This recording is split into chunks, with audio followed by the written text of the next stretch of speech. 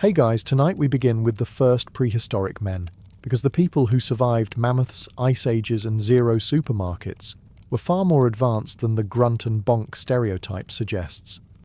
So before you get comfortable, take a moment like the video and subscribe, but only if you genuinely enjoy what I do here. And let me know in the comments where you're tuning in from and what time it is for you. It's always fascinating to see who's joining us from around the world. Now, dim the lights, maybe turn on a fan for that soft background hum, and let's ease into tonight's journey together. Let's begin with something comforting. Humanity almost didn't make it. Around 70,000 years ago, a massive volcanic eruption, commonly associated with the Toba supervolcano, may have thrown the planet into a volcanic winter. Ash filled the sky, temperatures dropped, ecosystems collapsed. It was essentially prehistoric climate chaos, minus the news coverage and dramatic music. And early humans? They were already living one missed meal away from disaster. Some genetic evidence suggests that during this period, the global population of Homo sapiens may have dropped to just a few thousand breeding individuals. A few thousand. That's not a civilization, that's a large wedding. Which means every person alive today might trace their ancestry back to a surprisingly small group of extremely stubborn survivors who refuse to give up. No pressure. Imagine the situation. You are a hunter-gatherer. No farming, no stored grain, no emergency supplies. You wake up one morning and the sky is grey. It stays grey. It gets colder. Animals migrate or die. Plants fail. And your survival strategy is basically walk farther and hope. There were no backup plans. No, we'll just relocate to the suburbs. Just adaptation or extinction. Only the most resourceful groups survived, the ones who cooperated, shared food, moved intelligently, and didn't immediately panic when the sky turned apocalyptic. Which, frankly, is impressive. Because modern humans struggle when the Wi-Fi goes down for 20 minutes. Those survivors endured years of environmental collapse without even knowing what a volcano was. They didn't understand tectonic plates or atmospheric ash distribution. They just knew the world had changed. And they adjusted. That bottleneck might explain something profound about our species. Humans are built for adaptation. We spread rapidly after that event, into Asia, Europe, Australia, eventually the Americas. From almost extinct to everywhere. That is not just resilience. That is biological overachievement. So when you think about early prehistoric humans as fragile or primitive, remember this. They survived a planetary disaster that nearly erased them. You exist because a few thousand humans managed to outthink an ice age caused by a supervolcano, which means your family tree survived something far worse than a stressful Monday. And honestly, that deserves a little respect. For decades, Neanderthals were treated like the evolutionary blooper reel. Short, hunched, slow, permanently confused. Basically, the before picture in humanity's glow-up story. Except, that narrative is wrong. Neanderthals had brains as large as, and in some cases larger than, modern Homo sapiens. Not slightly larger, noticeably larger. Their skulls were shaped differently, yes, but in terms of raw volume, they were not lacking. So no, they were not caveman caricatures dragging clubs and grunting at rocks. They made sophisticated stone tools. They hunted large animals in coordinated groups. They controlled fire. They wore tailored clothing made from animal hides. Tailored, with tools, in freezing climates. Neanderthals survived harsh Ice Age Europe for hundreds of thousands of years. That is not incompetence. That is endurance at an elite level. And here's where it gets even more interesting. They buried their dead. Not casually tossed aside, intentionally buried, sometimes with objects placed nearby. That suggests ritual, symbolism, emotional awareness. There is also evidence they used pigments and possibly body decoration. Some researchers even argue they may have created art. And yes, we interbred with them. Modern humans outside of Africa carry Neanderthal DNA. That means when Homo sapiens met Neanderthals, it wasn't just competition, it was collaboration. Let's call it cross-cultural exchange. So the idea that Neanderthals were dumb brutes who got outcompeted by superior modern humans is outdated. Their extinction was likely complex. Climate shifts, small population sizes, resource competition, maybe disease. Not because they were slow. In fact, in terms of physical strength, Neanderthals were probably stronger than us, more robust, built like prehistoric tanks, which makes the stereotype even stranger. Imagine dismissing a species that survived ice ages and megafauna as primitive. Meanwhile, we panic over low battery notifications. The truth is this: Neanderthals were human. Different branch, same tree. They laughed, hunted, cared for their injured, likely told stories around fires. They were not the failed experiment. They were part of us. And if you're watching this from Europe or Asia, there's a good chance a small percentage of them is still walking around in your DNA. So next time someone calls you a Neanderthal, you can just nod proudly. Your ancestors survived glaciers. Now here's something that feels illegal for prehistoric humans to have figured out. They performed surgery. Yes, actual surgery. There are skulls dating back thousands of years that show clear signs of trepanation, a procedure where a hole was deliberately drilled or scraped into the skull. And before you panic, here's the wild part. Many of these skulls show signs of healing, which means the patient survived. Let that sink in. No hospitals, no anesthesia, no sterile operating rooms, no gentle nurse saying, "You'll feel a small pinch." Just stone tools, firelight, and someone brave enough, or desperate enough, to attempt cranial surgery. Why did they do it? Possibly to treat head injuries. Maybe to relieve pressure after trauma. Some believe it had ritual or spiritual purposes, releasing evil spirits or curing illness. Either way, someone in that group understood that removing part of the skull might help instead of instantly kill. That requires observation, experience, trial and error. And let's be honest, probably some very uncomfortable early attempts. Imagine being the volunteer for the first procedure. Good news, we think this might help your headache. What does it involve? Well, despite the crude tools, prehistoric surgeons displayed surprising precision. The openings were often smooth and carefully shaped. In many cases, they avoided damaging vital areas of the brain. That suggests knowledge of anatomy, not textbook knowledge, practical knowledge. They must have seen injuries, studied outcomes, noticed patterns.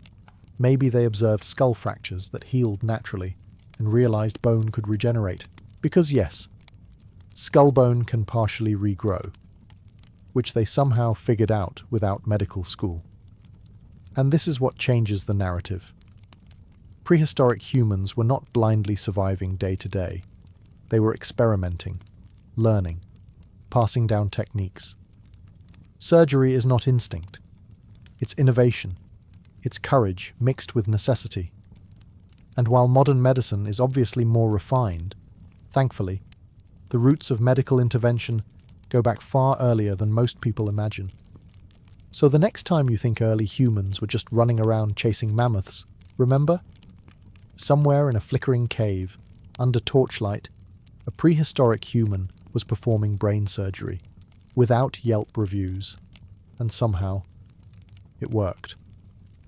For a long time we pictured the first prehistoric men communicating through grunts, gestures, and the occasional dramatic pointing at a mammoth. Very cinematic, very wrong. The idea that complex language appeared late in human evolution is slowly collapsing. Because the more we uncover about early humans, the harder it becomes to imagine them functioning without structured speech. Think about what they were doing. Coordinated hunts involving multiple people surrounding massive animals. That requires planning, timing, role assignment. You cannot successfully ambush a woolly mammoth using interpretive dance. You need communication, and not just, you go there, I go here. You need abstract thinking, discussion of future events, shared strategy, probably even disagreement. Then there's tool making. Advanced stone tools require instruction, subtle shaping techniques, passing knowledge from one generation to the next. You don't transmit craftsmanship through grunts alone. Genetics adds another clue. The FOXP2 gene, associated with speech and language ability, appears in both modern humans and Neanderthals.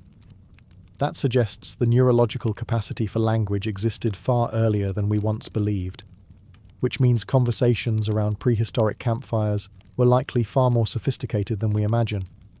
They probably had names, stories, warnings, jokes. Yes, jokes, because humour requires language, and humans love humour.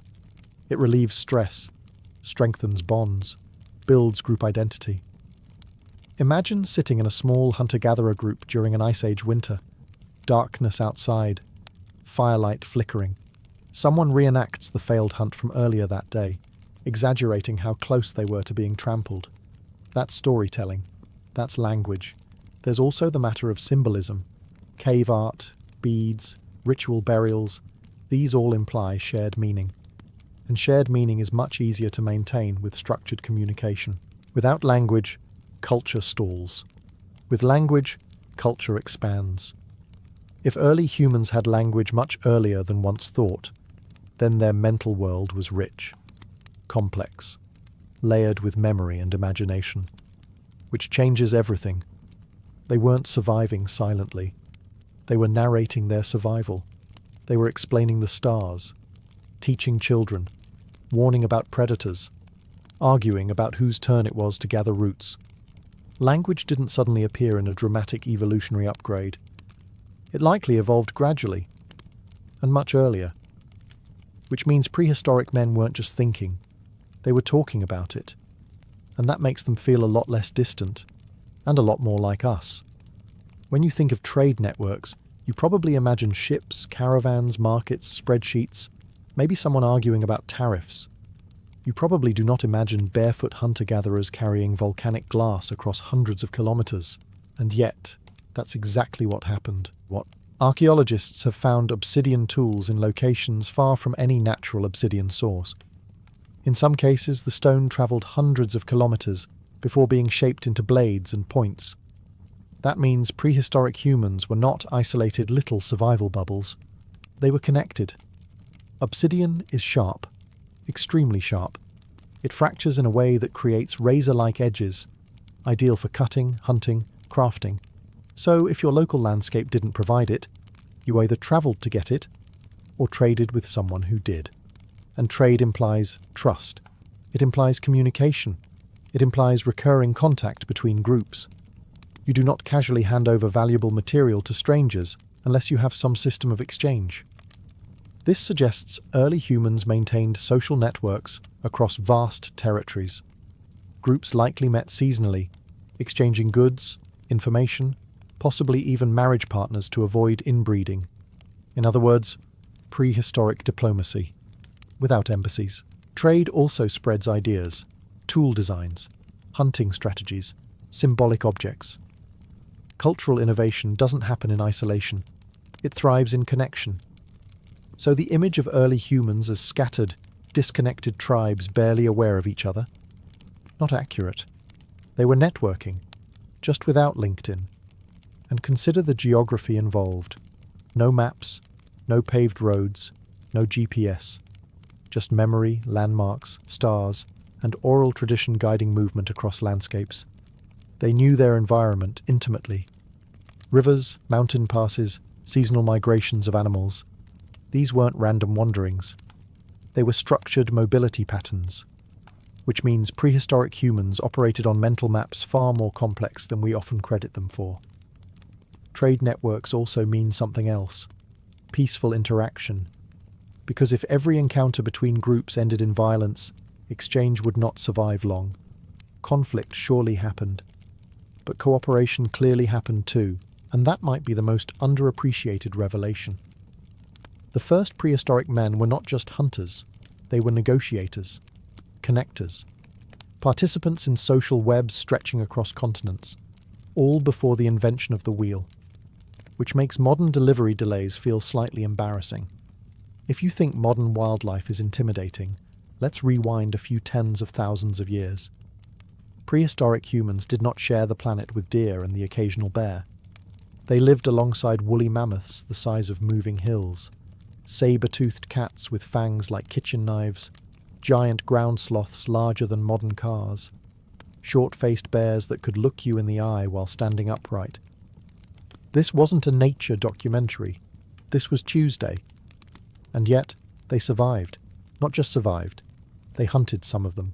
Hunting a mammoth required coordination, strategy, and courage bordering on questionable judgment. These animals weighed several tons.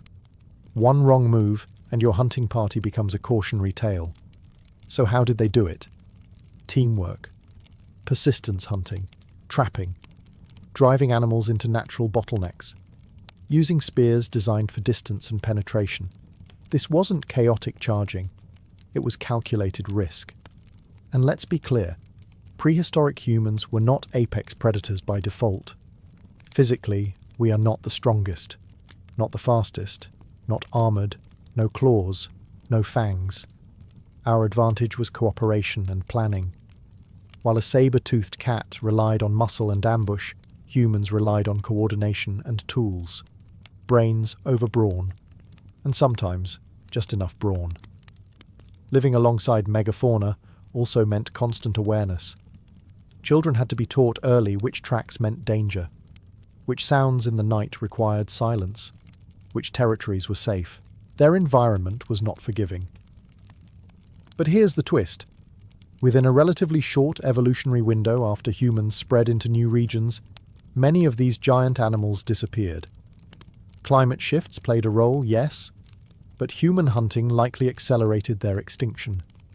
Which means prehistoric humans were not just passive survivors in a dangerous world. They were active ecological forces. They reshaped entire ecosystems long before industrial machinery existed. So the first prehistoric men were not fragile little figures hiding in caves from monsters. They were intelligent primates navigating a world full of creatures that now feel legendary. And instead of becoming myth themselves, they outlasted the monsters, which is either incredibly impressive or a warning. When we think about prehistoric life, we tend to imagine injuries ending badly. Broken leg? That's it. Infection? Goodbye. Headache? Probably fate. But the archaeological evidence tells a different story. Prehistoric humans were not helpless when it came to illness or injury. They experimented, observed, learned, and in some cases, they became surprisingly competent herbalists. Traces of medicinal plants have been found in ancient burial sites. Pollen from plants with known healing properties appears alongside skeletal remains. Some Neanderthal sites show evidence of yarrow and chamomile, plants with anti-inflammatory and soothing effects. This was not random chewing. It suggests intention. Someone noticed that certain plants reduced pain, that others helped digestion, that some eased fevers or soothed wounds. Trial and error? Absolutely. Probably a lot of error at first. But over generations, knowledge accumulates. And here's something even more impressive. Skeletal remains show individuals who survived severe injuries. Crushed limbs, broken bones, even partial blindness. These people lived long enough for bones to heal. That means they were cared for, fed, protected. You do not survive a debilitating injury in an Ice Age environment without help, which means early humans were not just medically curious, they were compassionate. Medicine begins with two things: curiosity and empathy. Why is this person suffering? How can we reduce it? Those are ancient questions. Prehistoric medicine was not sterile. It was not precise. It was not always effective. But it was deliberate. They likely used plant poultices for wounds, animal fats as protective barriers, heated stones for muscle pain, smoke for preservation and insect control. Knowledge was passed down orally. Elders likely acted as healers. Memory was the archive. And remember, this was happening tens of thousands of years before written medical texts. Long before pharmacies, long before white coats and stethoscopes. The first prehistoric men were not just hunters and gatherers, they were early pharmacologists. working with leaves and roots instead of laboratories, and somehow, against all odds, it worked often enough to keep the species alive. Before agriculture, before cities, before permanent houses, humans were already making music, which tells you something profound about our priorities. Archaeologists have discovered bone flutes dating back over 40,000 years. Some were carved from bird bones, others from mammoth ivory, carefully shaped, precisely drilled finger holes. These were not accidental whistles, they were instruments, functional, tuned, deliberate instruments. Let's pause on that. A prehistoric human, living in a world full of predators and unpredictable weather, took time to carve holes into a hollow bone, not to hunt, not to cook, not to survive, but to create sound. That means music was not a luxury that emerged after stability. It was there from the beginning. Why? Because music binds groups together. It coordinates emotion. It strengthens memory. It reinforces ritual. It turns a cold night into a shared experience. Imagine an Ice Age evening. The fire is burning low. The hunt was successful. The group gathers. Someone lifts a bone flute and plays a melody that echoes softly against stone walls. Children listen. Elders hum along. Stories follow. Music becomes memory. Memory becomes culture. And culture becomes identity. There is also evidence that rhythm played a role in coordinated work, group movement, dancing, ritual ceremonies, all likely tied to sound. You don't invent music accidentally. You invent it because silence is not enough. The idea that early humans were purely survival-driven creatures collapses when you realize they invested time in art, symbolism, and now, melody. Music requires abstract thinking, pattern recognition, emotional expression. It suggests joy. It suggests grief. It suggests celebration. And here's the ironic part. The earliest music was created in a world far quieter than ours. No engines, no electronics, no background noise, just wind, animals, fire crackling. And into that quiet, humans added something entirely new, organized sound, which means the first prehistoric men were not just surviving nature.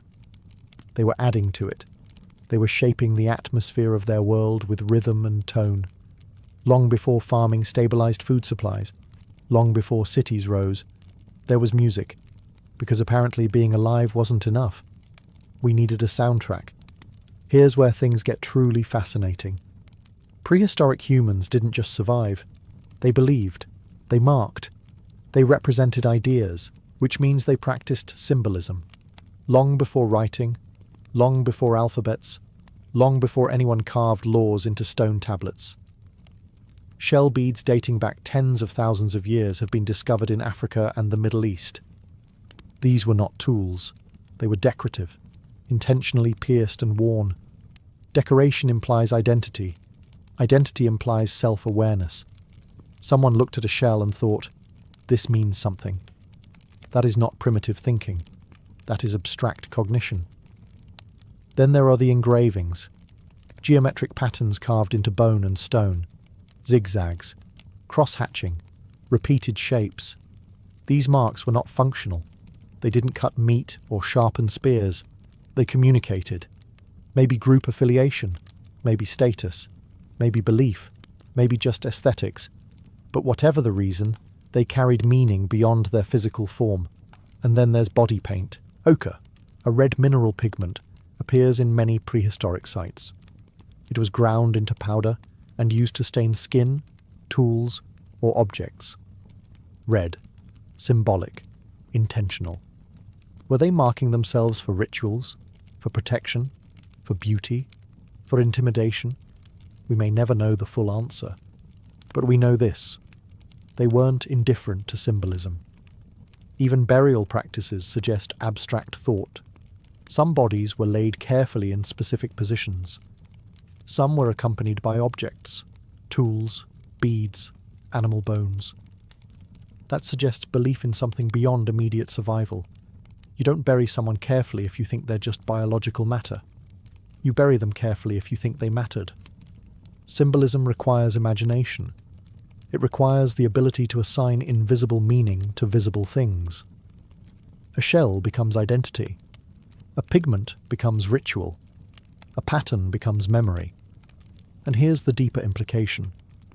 Once symbolism appears, culture accelerates. Shared symbols create shared stories. Shared stories create group cohesion. Group cohesion strengthens survival. So symbolism wasn't decorative fluff. It was evolutionary advantage. The first prehistoric men were not simply reacting to the world. They were interpreting it. They were assigning meaning to it. They were building invisible structures, beliefs, identities, narratives, long before they built cities. And once humans begin to think symbolically, they are no longer just animals in nature. They are storytellers inside it, which changes everything. Here's something we rarely appreciate. Prehistoric humans navigated entire continents without maps, no GPS, no compasses, no street signs, no recalculating route voice gently judging your life choices. And yet they spread from Africa to Asia, Europe, Australia, and eventually the Americas. That is not wandering. That is strategic movement. Early humans understood landscapes intimately. Rivers were highways. Mountain passes were corridors. Coastlines were guide rails. They followed animal migrations, seasonal plant growth, shifting climates.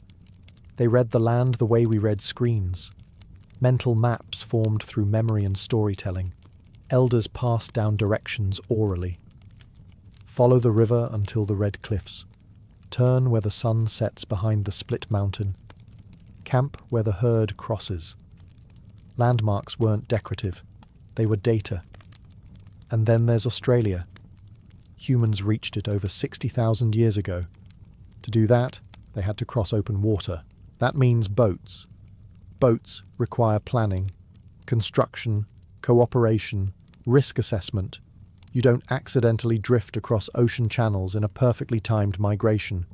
You choose to go, which implies something bold, curiosity. The first prehistoric men were not just surviving their immediate environment. They were exploring beyond it. Why leave familiar land? Why risk open water? Why cross frozen tundra into unknown territory? Because humans push boundaries, even back then. Navigation also required celestial awareness. Many hunter-gatherer societies used stars to orient themselves. While direct evidence from deep prehistory is limited, the consistent global pattern of star-based navigation suggests it may have ancient roots. Imagine traveling under Ice Age skies untouched by modern light pollution. The stars would have been overwhelming. Clear, bright, reliable. They weren't lost. They were guided. What this reveals is simple but powerful. Prehistoric humans were not confused wanderers stumbling across continents. They were calculated movers. They tracked seasons, predicted migration patterns, remembered terrain. They carried geography in their minds. Which means, when we picture early humans as primitive and directionless, we're projecting modern dependence onto people who mastered the natural world in ways we've largely forgotten. They didn't need apps. They had awareness. And that might be the most underrated survival skill of all. It's impressive that prehistoric humans hunted mammoths and survived ice ages. But you know what's even more impressive? They raised children in that environment. Successfully. Infant mortality in prehistoric times was undoubtedly high. Illness, injury, malnutrition, predators. The odds were not exactly comforting. And yet humanity continued, which means parenting wasn't just happening, it was working. Children in hunter-gatherer societies likely learned through observation and imitation. There were no classrooms, no textbooks, no structured lesson plans. But education was constant. How to track animals, which plants are safe, how to recognize danger, how to cooperate. Every adult was a teacher. And because survival required collective effort, childcare was probably shared across the group. Anthropologists studying modern hunter-gatherer societies observe alloparenting, where multiple adults help care for children. That system likely has deep prehistoric roots, which makes sense. If you are living in a small group and danger is everywhere, you do not raise children alone. You raise them together. There's also evidence that children were not treated as passive burdens. Miniature tools have been found at archaeological sites, suggesting children practiced hunting and crafting skills early. Learning wasn't delayed. It was integrated into life from the beginning.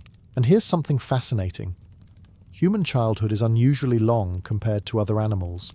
Our brains take years to fully develop. That extended dependency period might have allowed more time for learning complex social and survival skills.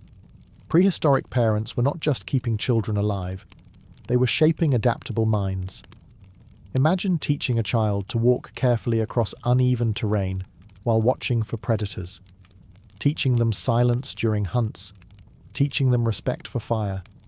This wasn't theoretical education. Mistakes could be fatal, which means patience, protection, and guidance were essential. And the fact that we are here today proves something powerful. They succeeded. The first prehistoric men were not just warriors and hunters. They were fathers, mentors, caretakers in a world that did not forgive mistakes. And somehow, generation after generation, they kept the flame going, literally and figuratively, which may be the most extraordinary survival story of all. If evolution were purely brutal and selfish, prehistoric life would look simple. Strong survive, weak disappear. End of story. Except that's not what the evidence shows. Archaeologists have discovered skeletons of prehistoric individuals who lived for years, sometimes decades, with serious disabilities. Healed fractures that would have required long recovery, severe arthritis, missing limbs, even individuals who were blind or partially paralyzed in an Ice Age environment. That doesn't happen without help. You do not survive a crushed leg in a hunter-gatherer society by sheer willpower alone. Someone has to bring you food. Someone has to protect you. Someone has to include you in the group, which means prehistoric humans were not purely survival machines. They were compassionate. There's a famous Neanderthal skeleton known as Shanidar 1. This individual had a damaged arm, signs of blindness in one eye, and multiple injuries, yet lived many years after those traumas. He survived because others allowed him to survive. They fed him. They protected him. They valued him. And that changes everything. It suggests that empathy predates civilization, that caring for the vulnerable was not invented by organized religion or modern ethics. It was already there. Of course, cooperation makes evolutionary sense. A group that cares for its members strengthens social bonds. Strong bonds increase survival chances overall. But there's something deeper here. Prehistoric groups were small. Every member mattered. Knowledge mattered. Experience mattered. An injured elder might not hunt, but they could teach, guide. Remember, wisdom was survival currency. And even beyond practicality, the act of caring for someone who cannot immediately contribute reveals something distinctly human. We do not operate purely on cold efficiency. We form attachments. We protect. We invest in one another. In a world full of predators and scarcity, that choice is extraordinary. The first prehistoric men were not heartless brutes focused only on strength. They were part of communities built on interdependence, and that interdependence may be one of the key reasons our species survived when others did not. Because brute force can win a fight, but cooperation wins history. Here's a revelation that feels slightly uncomfortable. Prehistoric humans may have been more generous than modern society. In small hunter-gatherer bands, food sharing wasn't optional. It was expected. If a hunter brought down a large animal, the meat was distributed among the group, not hoarded, not stockpiled in a private freezer cave. Shared. Why? Because success was unpredictable. Today, you hunt successfully. Tomorrow, you fail. The system only works if everyone participates in mutual exchange. Anthropologists studying modern hunter-gatherer societies observe something fascinating. Boasting is often discouraged. A successful hunter downplays his achievement. The group might even tease him to prevent arrogance. This reverse dominance culture keeps egos in check. Imagine that. You take down a massive mammoth, and instead of applause, your group says, "Relax, it was a small one." It sounds harsh, but it preserves equality. Prehistoric groups were small, often between 20 and 50 individuals. In a group that size, selfishness is dangerous. If one person hoards food, resentment builds. If resentment builds, cohesion breaks. And without cohesion, survival collapses. So generosity becomes strategy. Sharing also reduces risk. If everyone knows that resources circulate, they are less likely to panic during scarcity. Trust stabilizes the group, and trust is powerful. This social structure likely limited extreme inequality.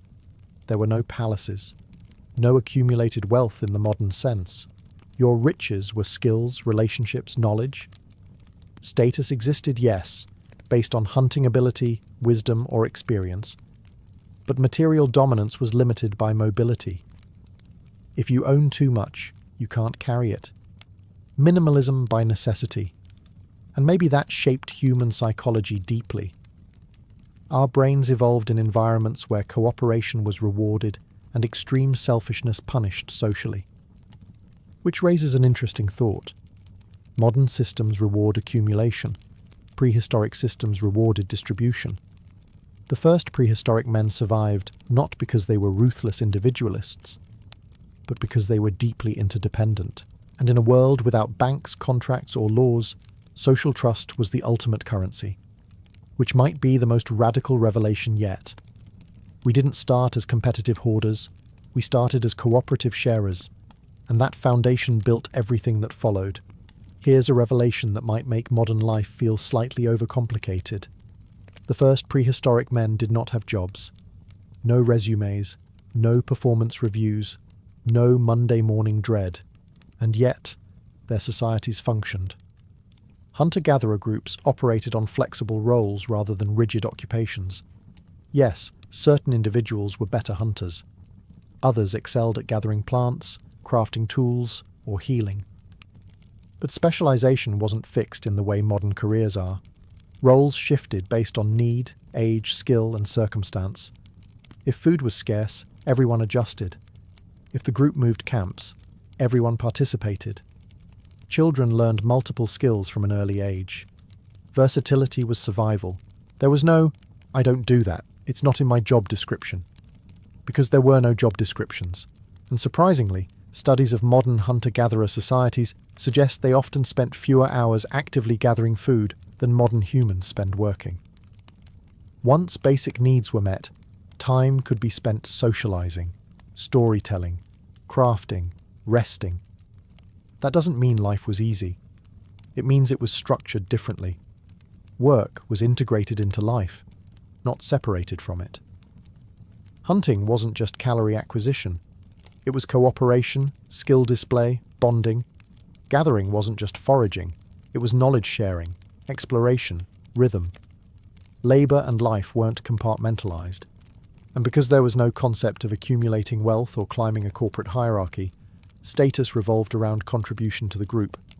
Respect came from competence and generosity, not from corner offices. This doesn't mean prehistoric life was utopian. It was risky, physically demanding, dependent on environmental conditions.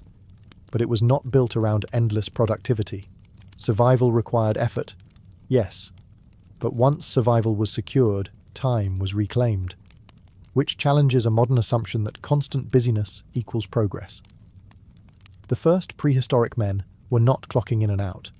They were participating in a fluid system of shared responsibility, and somehow, without formal employment structures, they managed to spread across continents, which suggests that human organization doesn't require bureaucracy to function. It requires cooperation, and maybe a little less email. Here's the final, and perhaps most unsettling, revelation. The first prehistoric men were not halfway versions of us. They were us, not biologically incomplete, not mentally primitive, not emotionally stunted, fully human. Strip away electricity, written language, agriculture, and modern infrastructure, And what remains is not an inferior being. It's a hunter-gatherer with the same emotional range you have. They loved, they feared, they grieved, they formed friendships, they felt jealousy, they laughed, they worried about their children, they argued over decisions. They were not operating on instinct alone, they were operating on culture. Cave art shows creativity, burial rituals show belief, music shows emotional expression, trade networks show social complexity, care for the injured shows empathy. You cannot do all of that without a mind very similar to our own. The difference between you and a human from 40,000 years ago is not intelligence. It's accumulated knowledge. You inherited thousands of generations of experimentation, memory, and adaptation. They were the early chapters. You are the current edition. Imagine taking a modern human infant and raising them in a prehistoric environment. With enough adaptation, that child would grow into a functioning hunter-gatherer. Now imagine taking a prehistoric infant and raising them in a modern environment. Given time and support, they would adapt here too. That's how similar we are. The first prehistoric men were not distant alien ancestors. They were people living under different circumstances, and that realization is both grounding and humbling. Because it means all the complexity of modern civilization, science, art, philosophy, technology, rests on the same cognitive foundation that once tracked animal footprints in snow. We did not become human when we built cities. We were already human when we painted caves. The first prehistoric men were not the beginning of something crude. They were the beginning of everything. And if you look closely, beneath the layers of modern life, their instincts still echo inside us. Curiosity, cooperation, fear, creativity. We didn't replace them. We expanded them. Which means when you look back at prehistory, you're not looking at strangers. You're looking at yourself, just earlier in the story. In ancient Egypt, dreams were not random mental leftovers from the day. They were messages, structured, meaningful, potentially dangerous. If you woke up disturbed, you did not laugh it off. You paid attention. One of the most fascinating artifacts from this world is the Chester Beatty Dream Book, dating to the reign of Rameses II. It reads almost like a cosmic instruction manual. Each entry begins with the same formula. If a man sees himself in a dream, then comes the scenario, followed by a clear verdict, good or bad. If a man sees himself drinking cool water, good. It means purification. If he sees himself eating crocodile flesh, good. It means he will take something from an official. If he sees himself looking into a deep well, bad. Very bad. There was no grey area. The universe had already decided. To the Egyptians, dreams were messages sent from the divine realm. The barrier between the human world and the world of the gods thinned during sleep. A person lying on a reed mat in Thebes might, in their dream, be standing before Osiris or hearing a whisper from Thoth. Night was not empty. It was active. Temples even offered what we might call dream incubation. If someone sought guidance, they would sleep in a sacred space, hoping a god would appear in their dreams with instruction. Priests helped interpret the results. The right interpretation could influence medical decisions, political choices, even military plans. But there was fear in this system too. Not every dream came from a benevolent source. Some were considered omens of chaos or punishment. A bad dream could signal divine displeasure. It might require ritual purification, offerings, or protective amulets. What stands out most is the confidence. The Egyptians did not debate whether dreams meant something. They assumed meaning. The only question was how to read it correctly. In a civilization obsessed with order, with ma'at, balance and cosmic harmony, dreams were not irrational intrusions, they were part of the system, a coded extension of reality. To dream in ancient Egypt was not to wander aimlessly through your mind. It was to receive correspondence from the divine, and you were expected to answer carefully. If the Egyptians organized dreams into neat categories, The Mesopotamians turned them into full-scale cosmic alerts. In ancient Mesopotamia, in cities like Babylon and Nineveh, dreams were not just personal messages. They were public warnings, political signals, strategic intelligence delivered by the gods. A king's dream could change the fate of an empire. Clay tablets from as early as the 2nd millennium before Christ record detailed dream omens. Entire series of texts were dedicated to interpreting them, especially the great compendium known as Ishkar Zakuk, roughly translated as Series of the Dream God. Zakuk himself was believed to be the divine force behind dreams, a spirit who moved silently through the night. The structure was precise. If a man dreams that, followed by a scenario and its consequence. If you dreamt of flying, your status might rise. If you dreamt your teeth fell out, a family member could die. If you saw yourself entering a dark house, misfortune was approaching. These were not metaphors. They were forecasts. Mesopotamian rulers took dreams extremely seriously. Before battles, campaigns, or major political decisions, they paid close attention to what appeared in sleep. If a king had a troubling dream, priests were summoned immediately. Specialists known as baru, diviners, analysed every detail. What colour was the sky? Who spoke? What direction did you walk? Nothing was accidental.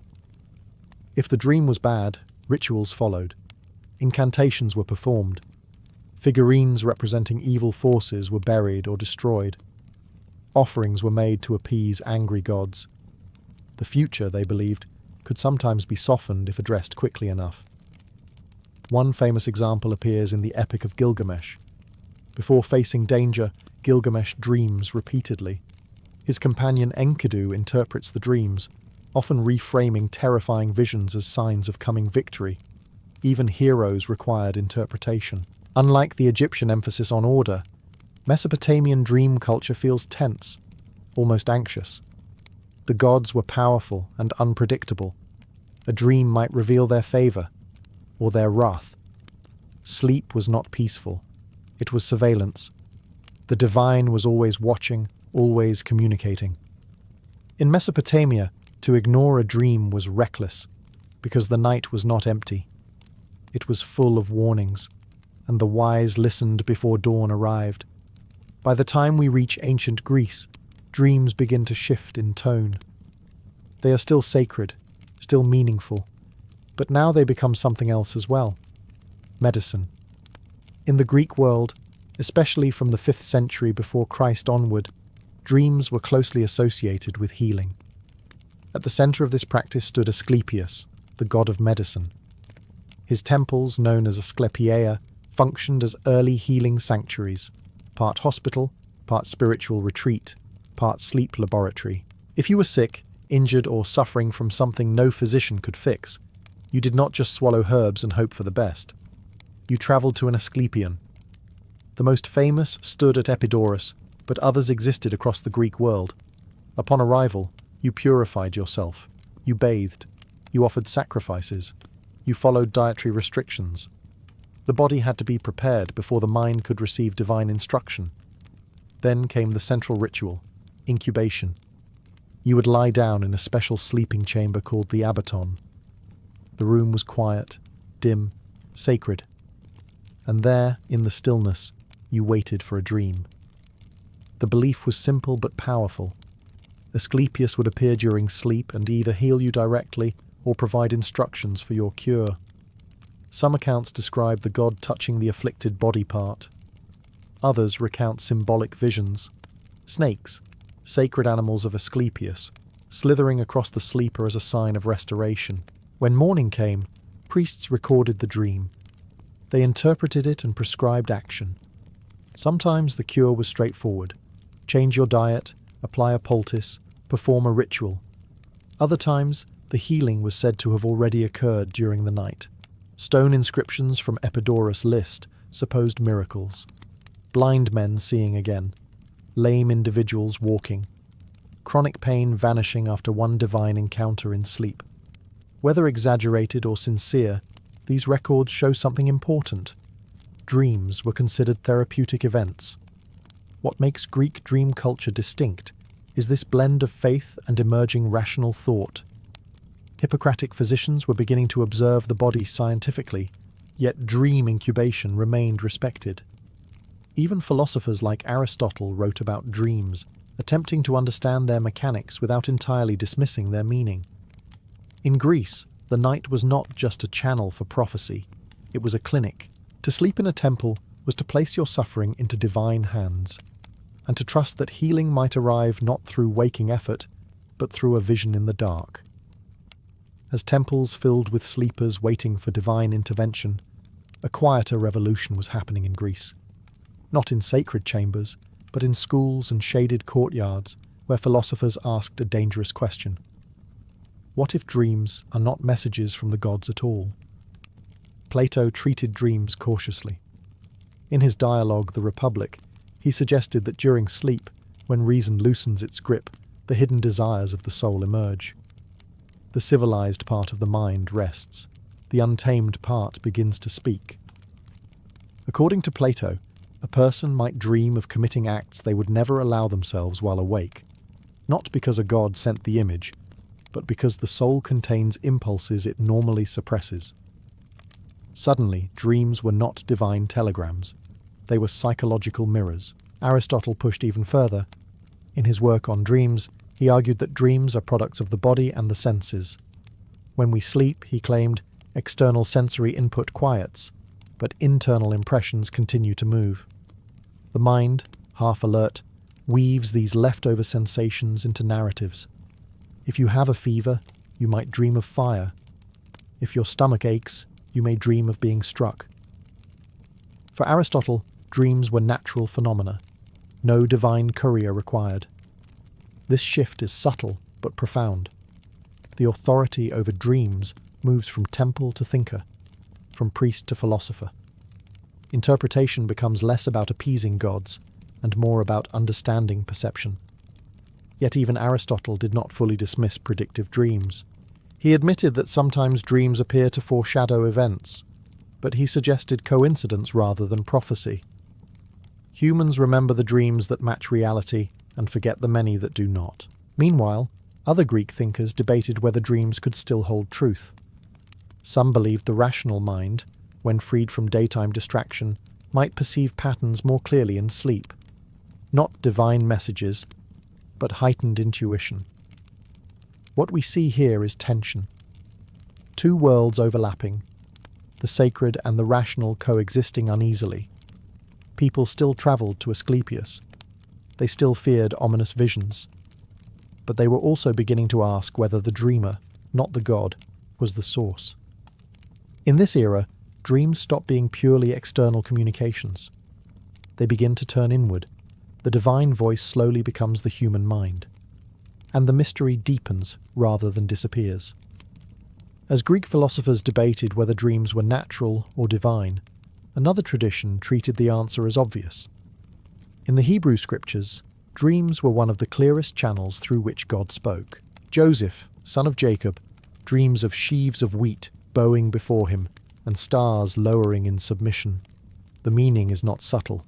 His future authority is revealed before it arrives. Later, imprisoned in Egypt, Joseph interprets the dreams of others. A cupbearer restored to favour, a baker condemned. Eventually, Pharaoh himself dreams of 7 fat cows devoured by 7 thin ones. Joseph decodes the message. Years of abundance followed by famine. Action is taken. An empire is saved. In this tradition, dreams are not vague symbols open to endless speculation. They are precise warnings and promises. But interpretation requires wisdom. Not everyone can read the code. The prophet Daniel plays a similar role in Babylon. King Nebuchadnezzar dreams of a massive statue shattered by a stone. None of his advisors can explain it. Daniel can. The statue represents kingdoms that will rise and fall. The dream becomes political prophecy. What stands out here is authority. The dreamer is often a ruler. The interpreter is divinely guided. Dreams validate power, warn of danger, and reveal divine will. Ignoring them would be reckless. In the early Christian world, dreams continue to shape history. According to the Gospel of Matthew, Joseph, husband of Mary, is warned in a dream to flee to Egypt to protect the child Jesus. Later, another dream tells him it is safe to return. Dreams guide movement, safety, destiny. But caution emerges as well. Not all dreams are from God. Some may be deceptive. Early Christian writers warn believers not to trust every vision blindly. Discernment becomes essential. This creates a delicate balance. Dreams are sacred, but not automatically trustworthy. Interpretation requires spiritual insight. Unlike the Greek philosophical shift inward, the biblical world keeps dreams anchored in divine communication. They are not just reflections of the psyche. They are interventions. Sleep becomes a meeting place between heaven and earth. And in this worldview, the night is never neutral. It is charged with meaning, sometimes comforting, sometimes terrifying, but always significant. To dream is to risk receiving instruction from something greater than yourself, and once you receive it, you are expected to respond. When Rome absorbed the cultures of Greece and the Near East, it inherited their dream traditions, but the Romans, as always, made them practical. By the 2nd century after Christ, dream interpretation had become almost professionalized. The most famous surviving guide comes from Artemidorus of Daldis, a Greek writer living under Roman rule. His work, Onera Critica, was not mystical poetry. It was systematic, detailed, surprisingly analytical. Artemidorus travelled widely, collecting thousands of dreams from merchants, soldiers, slaves, politicians, and ordinary citizens. He noticed something important. The same dream could mean different things depending on who had it. If a king dreams of losing his crown, it could mean political disaster. If a poor man dreams of wearing a crown, it might signal promotion or unexpected fortune. Context mattered. Unlike earlier omen lists that stamped dreams as simply good or bad, Artemidorus insisted that interpretation required understanding the dreamer's profession, social status, habits, and fears. A fisherman dreaming of the sea does not mean the same thing as a farmer dreaming of the sea. This was a shift toward personalization. Roman society, deeply concerned with status, inheritance, and public life, treated dreams as potential indicators of destiny. Ambitious men watched their dreams carefully. A general preparing for battle might consult interpreters. An emperor could be shaken by a single ominous vision. Suetonius records that Julius Caesar's wife, Calpurnia, dreamed of his statue pouring blood the night before his assassination. She begged him not to attend the Senate. He went anyway. Dreams, in Rome, often hovered around politics and mortality. Yet skepticism existed too. Cicero questioned whether dreams truly predicted anything. He argued that humans are pattern-seeking creatures. We remember the dreams that match events and ignore the countless ones that do not. Still, dream manuals remained popular. Why? Because they offered structure in an unpredictable world. Empire brought wealth, expansion, and chaos. Dreams became one more tool for navigating uncertainty. What makes Roman dream culture fascinating is its blend of superstition and proto-psychology. There is fate, yes, but there is also individuality. Personal circumstance shapes meaning. By now, dreams are no longer only divine decrees or philosophical puzzles. They are part of daily life. Discussed in markets, debated in households, written into biographies. The empire may have controlled the Mediterranean. But at night, every Roman still faced the same mystery, the private theatre of sleep, where destiny might whisper its next move. As the Roman world fragmented and Europe moved into the early medieval period, dream interpretation did not disappear. It flourished, especially within the intellectual centres of the Islamic Golden Age. In cities like Baghdad, Damascus, and Cairo, scholars treated dreams with both spiritual seriousness and analytical care. The most famous name associated with this tradition is Ibn Sirin, an 8th century scholar whose works on dream interpretation became widely circulated. Whether every text attributed to him was truly his remains debated, but his influence is undeniable. In the Islamic worldview, dreams were generally divided into three categories. First were true dreams, believed to come from God. These were clear, meaningful, often calm and structured. Second were disturbing dreams, attributed to Shaitan, meant to confuse or frighten. Third were ordinary dreams, produced by daily thoughts and personal concerns. This classification is important. It acknowledges that not every dream carries divine weight. Discernment becomes central. The Prophet Muhammad himself is reported in Islamic tradition to have valued true dreams. Some sayings describe them as one part of prophecy. Early Muslims recorded dreams carefully, especially those believed to carry guidance or warning. Interpretation, however, was never random. Symbols carried layered meanings shaped by language, culture, and scripture. Water might represent knowledge. A lion might represent authority or danger. Climbing could signify ambition or spiritual ascent. But as in the Roman tradition, context mattered. A merchant dreaming of gold did not carry the same meaning as a scholar dreaming of gold. Personal situation shaped interpretation. What makes Islamic dream scholarship remarkable is its balance. On one side stands faith, dreams as possible divine communication. On the other stands structure, categorization, symbolism, methodology. Manuals were written not as mystical riddles, but as organized references. Dream interpretation became part of a broader intellectual culture that included astronomy, medicine, mathematics, and philosophy. It was not fringe superstition, it was woven into scholarship. At the same time, caution was emphasized. Disturbing dreams were not to be spread publicly. One was advised to seek refuge in prayer rather than panic. Not every nightmare required dramatic action. In this era, dream interpretation matured into a disciplined art. It was no longer just prophecy or temple ritual. It became a science of symbols, grounded in faith, shaped by culture, and guided by careful reasoning. And once again, the night remained meaningful, but it demanded wisdom to understand. As Islamic scholars refined dream interpretation into a structured discipline, medieval Europe wrestled with a different tension: fear. In Christian medieval thought, dreams could still be divine. Saints received visions. Monks reported symbolic encounters with angels. But alongside these sacred experiences ran a growing anxiety. What if the dream did not come from God? Medieval theologians divided dreams much like Islamic scholars had, though with heavier emphasis on spiritual danger. Some dreams were believed to come from God, others from natural bodily causes, and some, perhaps the most unsettling, from demons. The night became contested territory.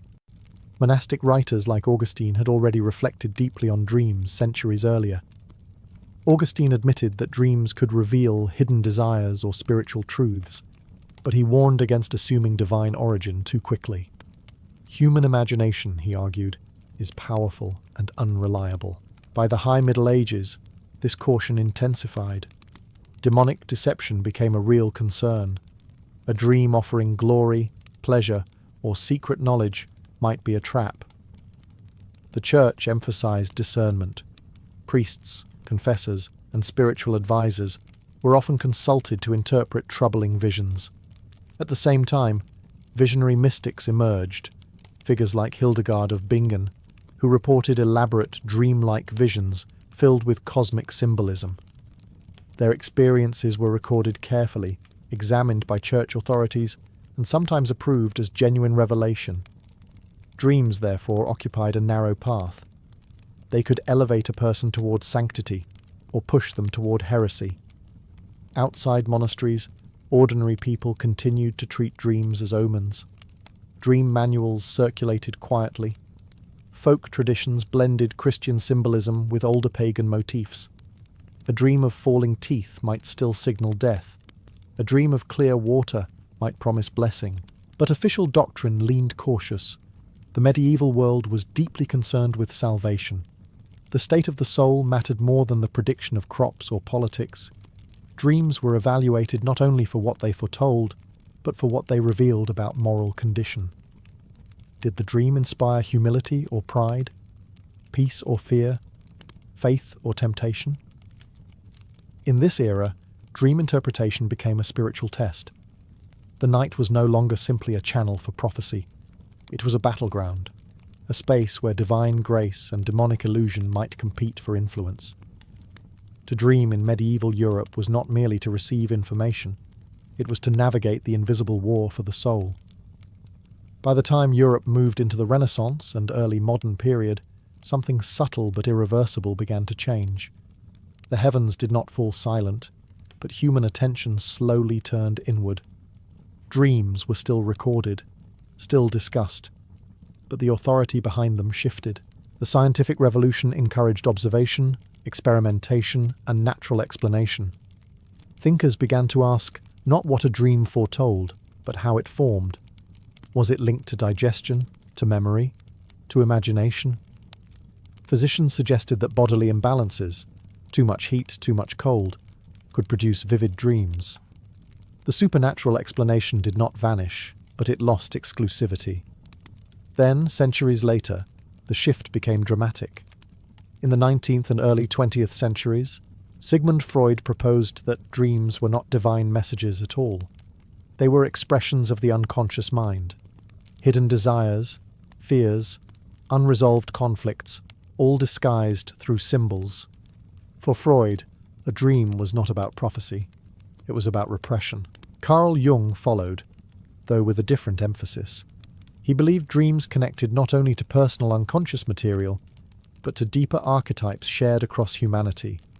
The symbols, the hero, the shadow, the flood, were ancient patterns emerging from the psyche itself. Notice what happened. For thousands of years, humans looked upward for dream meaning, to gods, to fate, to divine will. Now meaning pointed inward. The dreamer became the source. But something interesting remains consistent across all eras. No civilization treated dreams as meaningless noise. Egyptians catalogued them. Mesopotamians feared them. Greeks slept in temples for them. Islamic scholars classified them. Medieval Christians tested them. Modern psychologists analyze them. The framework changes. The curiosity does not. Even today, people wake from powerful dreams and feel that they matter. We may not consult temple priests or clay tablets anymore, but we still search for interpretation. We still ask, why that image? Why that emotion? Why now? The ancient art of dream interpretation has not vanished. It has evolved.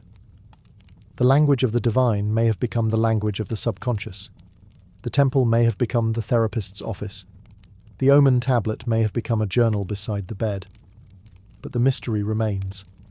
When we close our eyes, something speaks. And across history, humanity has never stopped trying to understand the voice in the dark. Before kings carved decrees into stone, and before judges cited written statutes, law existed in a far more fragile form. It lived in memory. In the earliest human communities, justice was not written down. It was embedded in tradition. Customs passed from generation to generation shaped behavior. Elders remembered precedents. Clan leaders settled disputes. If a man stole grain or injured a neighbor, the response was negotiated in public, often in front of the entire community. Reputation mattered, honor mattered, balance mattered, but this system had limits. In small tribal groups, everyone knew one another. Social pressure kept order. If you violated a norm, you risked isolation. That alone could be deadly. But as villages grew into cities, anonymity entered the picture. Strangers traded in markets. Property expanded beyond livestock and simple tools. Wealth accumulated in temples and storehouses. Conflict became more complicated. Memory was no longer enough. In southern Mesopotamia, where some of the world's first cities emerged, urban life introduced new tensions. Farmers relied on irrigation canals. Merchants transported goods across long distances. Laborers worked for wages. Contracts, debts, and land disputes multiplied. With complexity came confusion. and confusion threatened stability. Rulers began to understand something crucial. Authority needed to be visible, consistent, public. If justice depended only on the mood of a local elder, it could appear arbitrary. People might question decisions. Disputes could escalate into violence. Writing changed everything. Once humans developed the ability to record language in clay or stone, customs could be fixed. A rule could be made permanent. It could outlive the ruler who declared it. More importantly, it could be displayed. The idea of law transformed from shared memory to public statement. This shift was not just administrative, it was psychological. When rules are written, they feel solid, objective, almost sacred. A carved inscription does not argue, it does not forget. Early law codes did more than regulate behavior. They projected order. They signaled that society was governed not by chaos, but by structure. Before the famous codes of Ur-Nammu or Hammurabi, there was this critical transition, from spoken tradition to written authority. Law moved from the human voice to the stone surface. And once carved, it changed the relationship between ruler and ruled forever. Once law moved from memory to writing, it needed a sponsor. In the city of Ur, around the 21st century before Christ, that sponsor was King Ur-Nammu. Often overshadowed by later and more famous rulers, Ur-Nammu created what many scholars consider the earliest surviving law code in recorded history. Long before Hammurabi carved his towering stele, Ur-Nammu had already inscribed justice onto clay tablets. But this was not simply about rules. It was about power. Ur-Nammu ruled during a period of political consolidation in southern Mesopotamia. City-states had competed, risen and fallen. Stability was fragile. To govern effectively, a king needed more than soldiers. He needed legitimacy. The prologue of his law code makes that clear.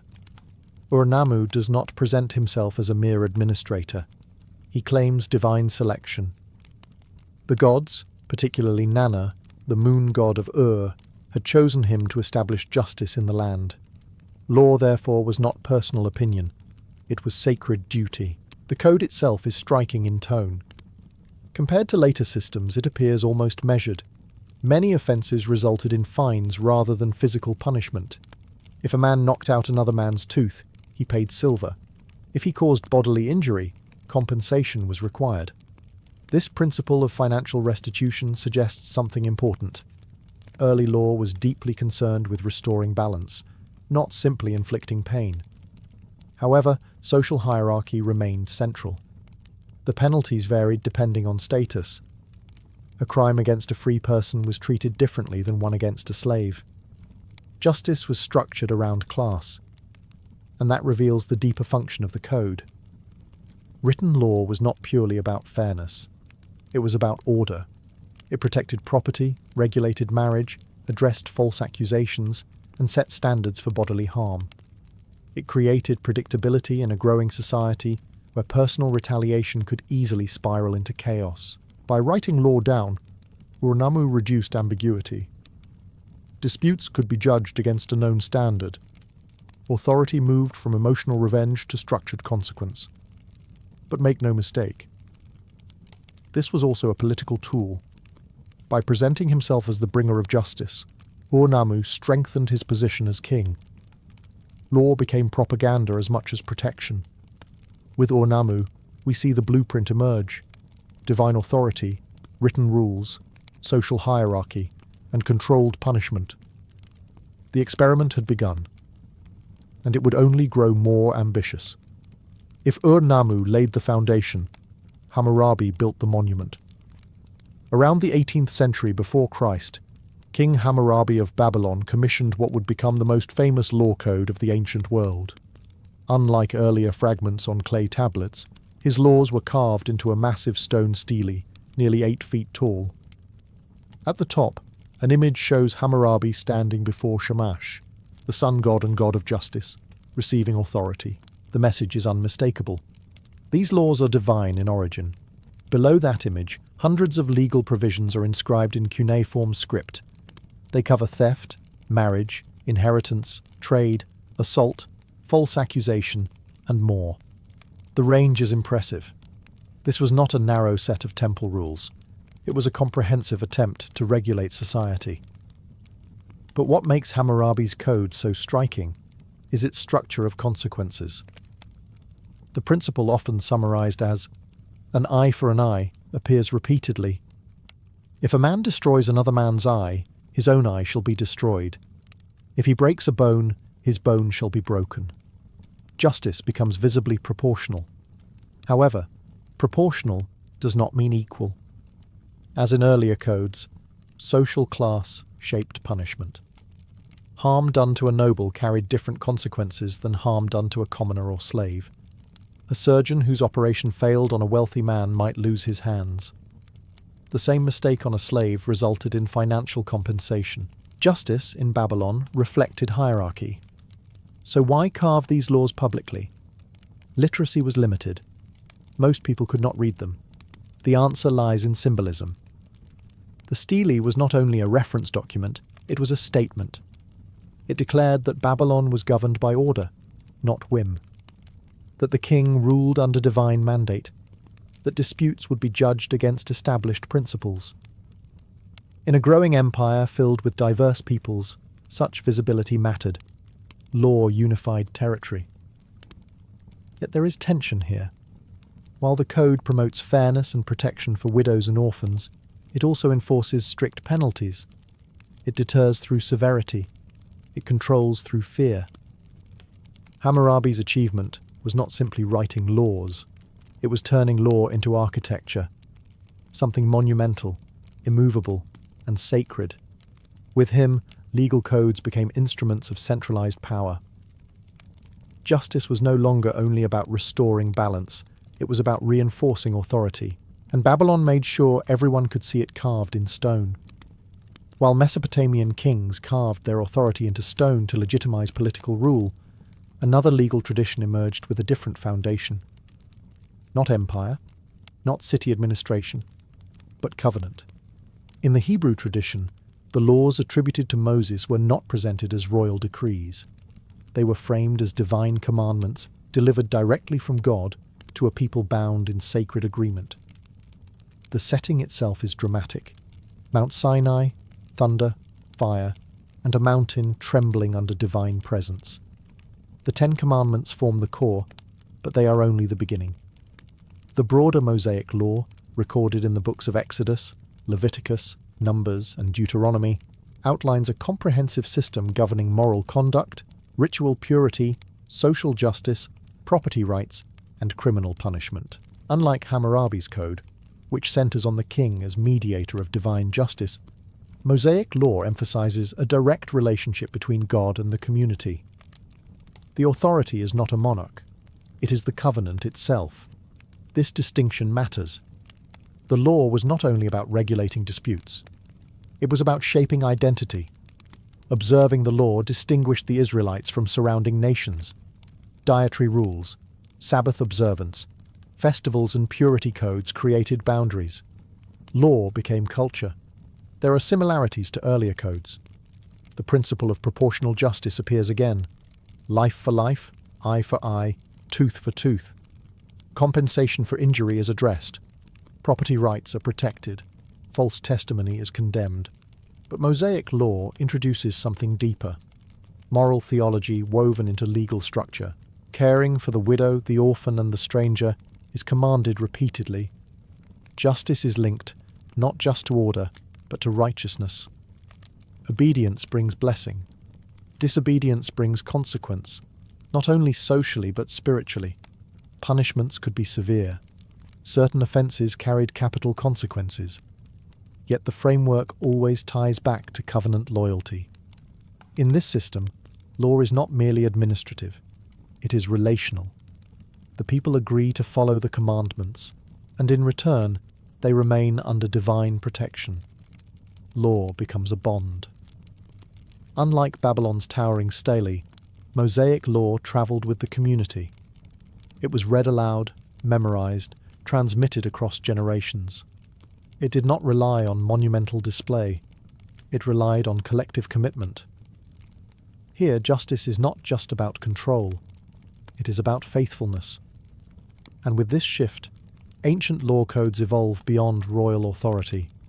They become instruments of spiritual identity, shaping not only behavior, but belief itself. As more societies began writing their laws, a pattern became impossible to ignore. Justice was rarely blind. From Sumer to Babylon to ancient Israel, law codes reflected the structure of the societies that created them. They promised order, they claimed fairness, but beneath the surface, they reinforced hierarchy. In Mesopotamia, the difference between a noble, a commoner, and a slave shaped the outcome of nearly every case. The same injury could result in different consequences depending on who suffered it.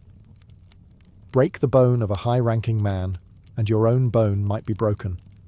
Harm a slave, and the punishment could be reduced to compensation paid to the slave's owner. The law protected status. Marriage laws also reveal hierarchy.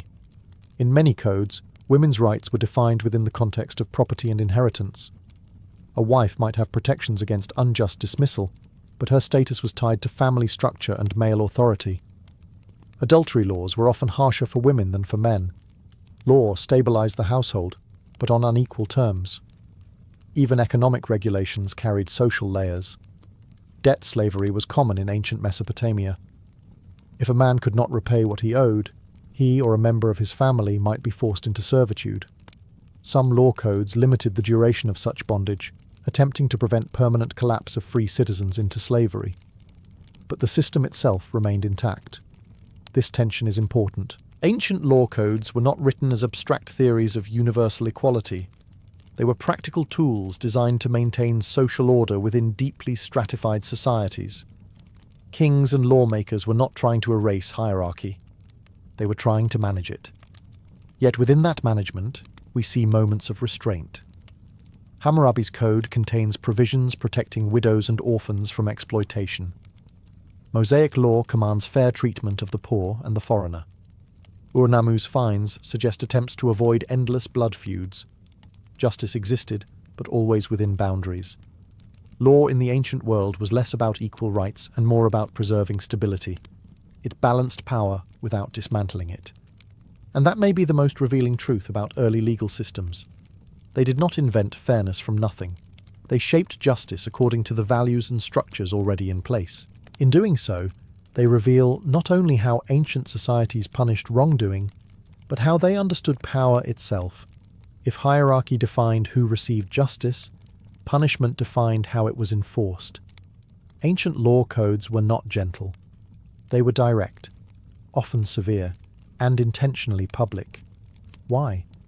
Because early societies feared chaos more than cruelty. In small communities without modern policing systems, deterrence had to be visible.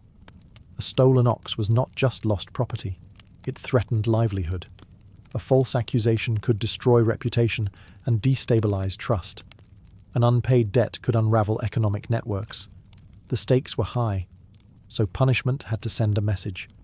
In the Code of Hammurabi, we see amputations, death sentences, and public penalties. A builder whose poorly constructed house collapsed and killed the owner could be executed.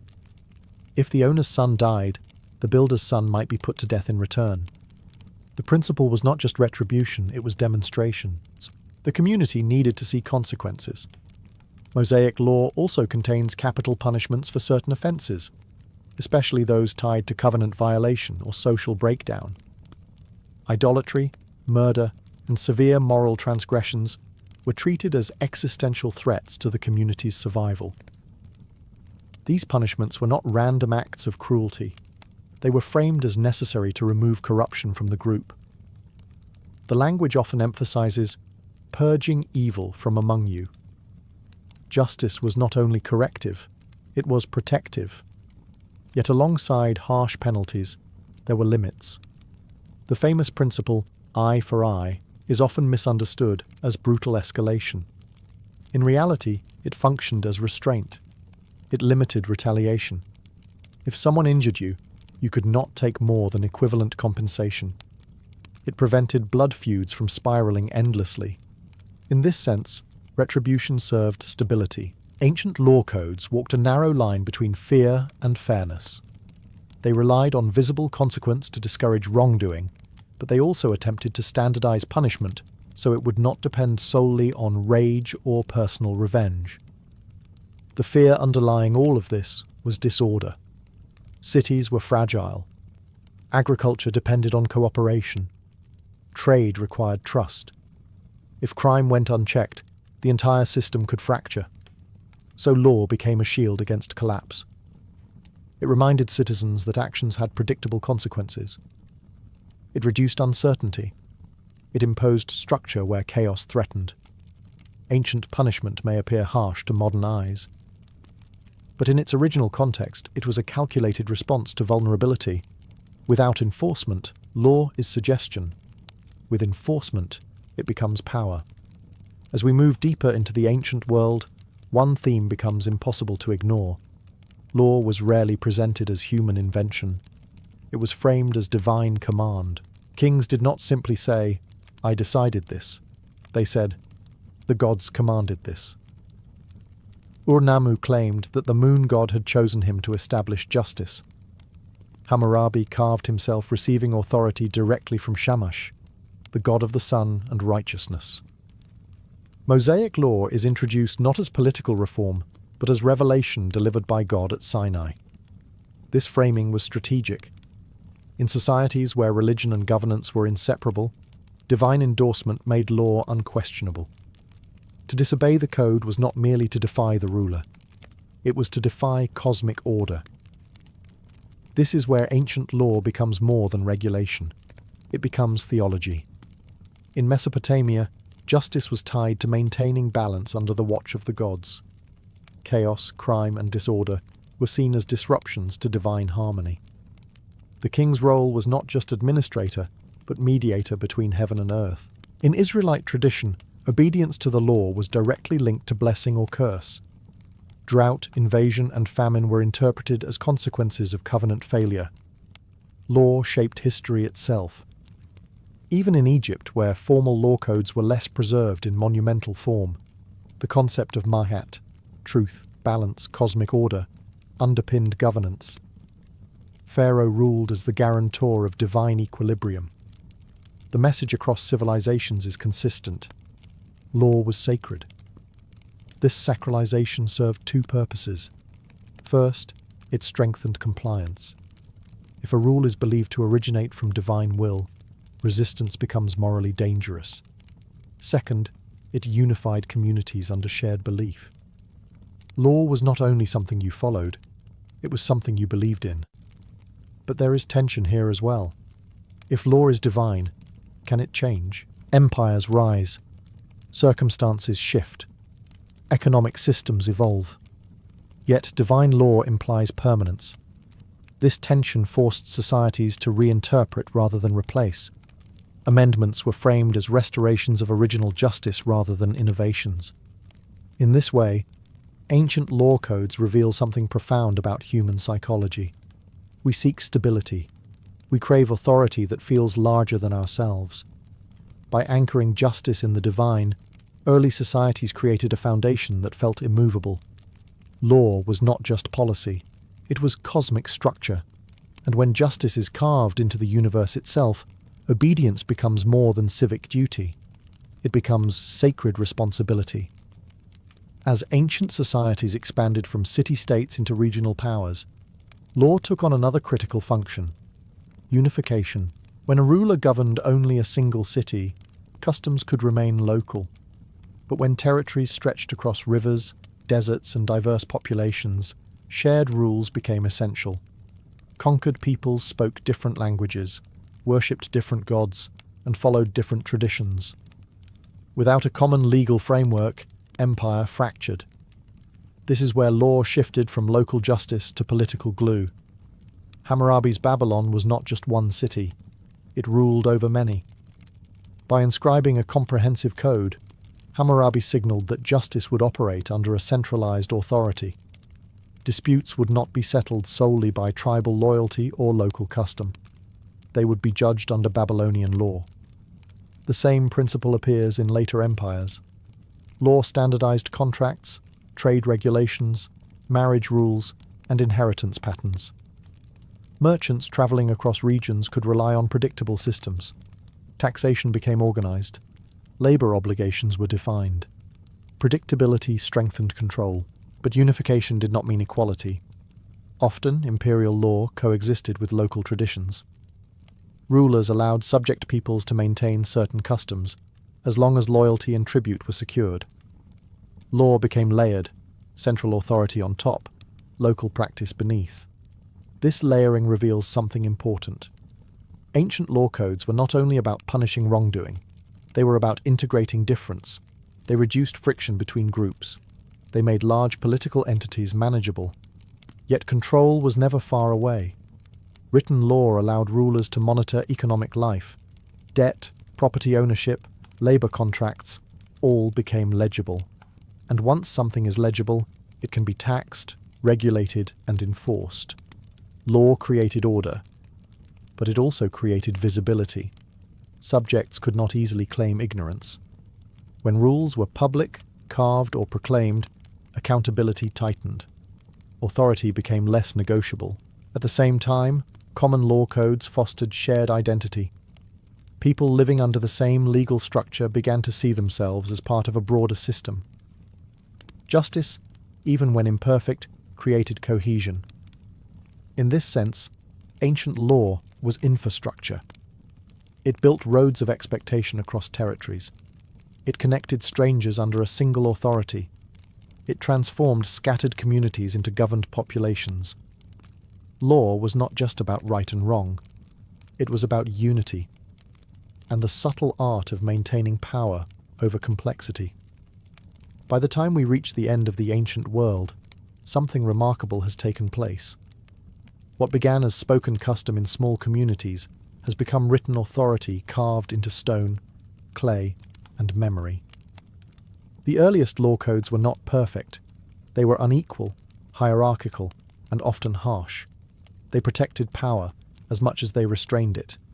And yet, they introduced something revolutionary, the idea that justice could be systematized. Instead of relying entirely on personal revenge, family retaliation, or the unpredictable mood of a ruler, early societies attempted to define standards. A theft had a known consequence. An injury had a prescribed response. A contract had enforceable terms. This predictability changed civilization. Trade expanded because agreements could be trusted. Property could be transferred with clarity. Disputes could be judged against shared expectations rather than personal emotion. Law created a framework within which complexity could grow. Even when later cultures revised, replaced, or reinterpreted ancient codes, the foundation remained. The concept of written law endured. The idea that authority should articulate rules publicly endured. The principle that punishment should be proportional endured. From Mesopotamia to Israel, from early city-states to expanding empires, law evolved, but it never returned to being purely oral tradition.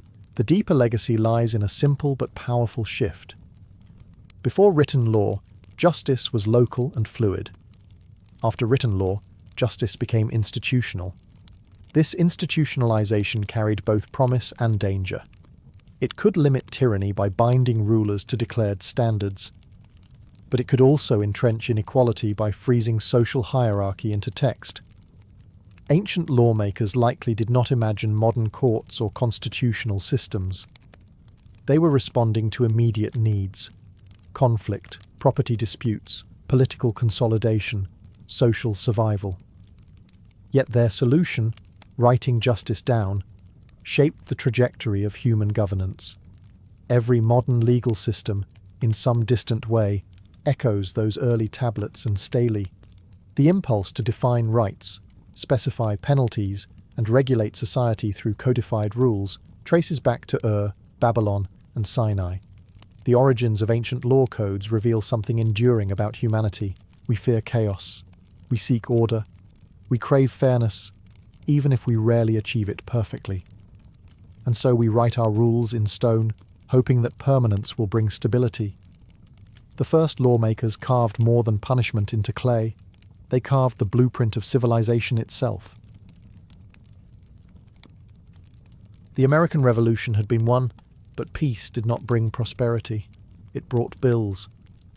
When the fighting ended, the young United States found itself staggering under enormous debt. Loans taken to finance the war remained unpaid. Soldiers had been promised compensation. Foreign governments, especially France, expected repayment. Individual states carried their own financial burdens. Victory had secured independence, but it had not secured stability. The new constitution had only recently replaced the weak Articles of Confederation. Under the Articles, the federal government had lacked the authority to tax effectively. It could request money from the states, but it could not compel payment. The result was chaos. Inflation surged, credit collapsed, confidence in the national government wavered.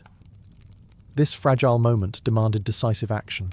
Alexander Hamilton, serving as Secretary of the Treasury under President George Washington, understood that credibility was everything.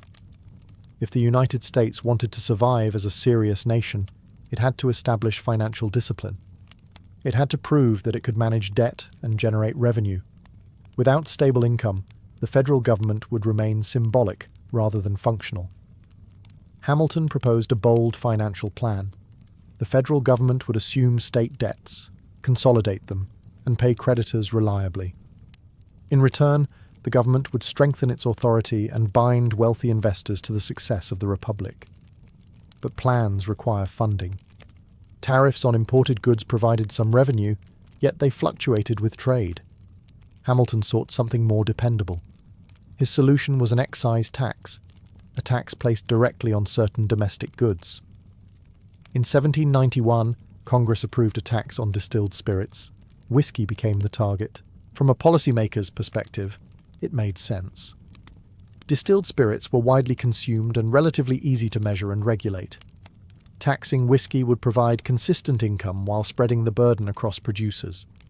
On paper, it appeared efficient, practical, necessary, but paper does not always reflect reality. For farmers living on the western frontier, whiskey was not merely a drink. It was currency. Grain was bulky and difficult to transport across mountains to eastern markets. Distilling it into whiskey made it portable and profitable. In remote communities, whiskey functioned as trade, income, and survival. The federal government saw revenue. Frontier farmers saw intrusion. And that tension between national authority and local livelihood was about to explode. To understand the anger brewing on the western frontier, you have to understand what whiskey meant there. In cities like Philadelphia or New York, whiskey was a commodity. In western Pennsylvania, Kentucky, and parts of Virginia, it was survival. Frontier farmers faced brutal geography. The Appalachian Mountains stood like a wall between them and the eastern markets. Roads were rough, slow, and dangerous. Transporting raw grain over long distances was inefficient. A wagon full of corn or rye might spoil, rot, or cost more to ship than it would sell for. But distill that grain into whiskey, and everything changed. Whiskey was compact, valuable, durable. A few barrels could represent months of labor. It could be traded for tools, livestock, salt, and supplies. In many areas, it functioned as a form of currency. Cash was scarce on the frontier. Banks were distant. Barter was common. Whiskey filled the gap. For small farmers, distilling was not luxury production. It was economic adaptation. The federal excise tax did not feel abstract to them. It felt personal. The law required distillers to register their stills and pay a tax based either on production volume or a flat annual fee. Larger commercial distillers in the East could afford the flat rate. Small frontier farmers, producing in smaller batches, often paid proportionally more. This created resentment. From the perspective of Western farmers, the tax favoured wealthy Eastern producers while squeezing struggling frontier families. It looked like elite policy designed by men who did not understand frontier life. Worse still, the tax symbolised something deeper. Many of these farmers had fought in the Revolution. They had taken up arms against what they saw as unjust taxation imposed by a distant government. Now, less than a decade later, another distant government, their own, was demanding payment. The irony was sharp. In their eyes, the excise tax echoed the very abuses that had sparked rebellion against Britain. Representation in Congress existed, yes, but physical distance still mattered. Federal officials were far away. Enforcement felt intrusive. Authority felt imposed. Anger began with economics, but it quickly became political. Meetings were held, protests organized, tax collectors were harassed, some were threatened. Resistance was not yet full-scale rebellion, but it was spreading. The frontier did not see itself as lawless. It saw itself as defending fairness. And as pressure mounted, the line between protest and uprising began to blur. At first, resistance to the whiskey tax looked like protest. Meetings were held in small frontier towns. Petitions were drafted. Resolutions were passed condemning the excise as unjust and discriminatory. Local leaders framed their objections carefully.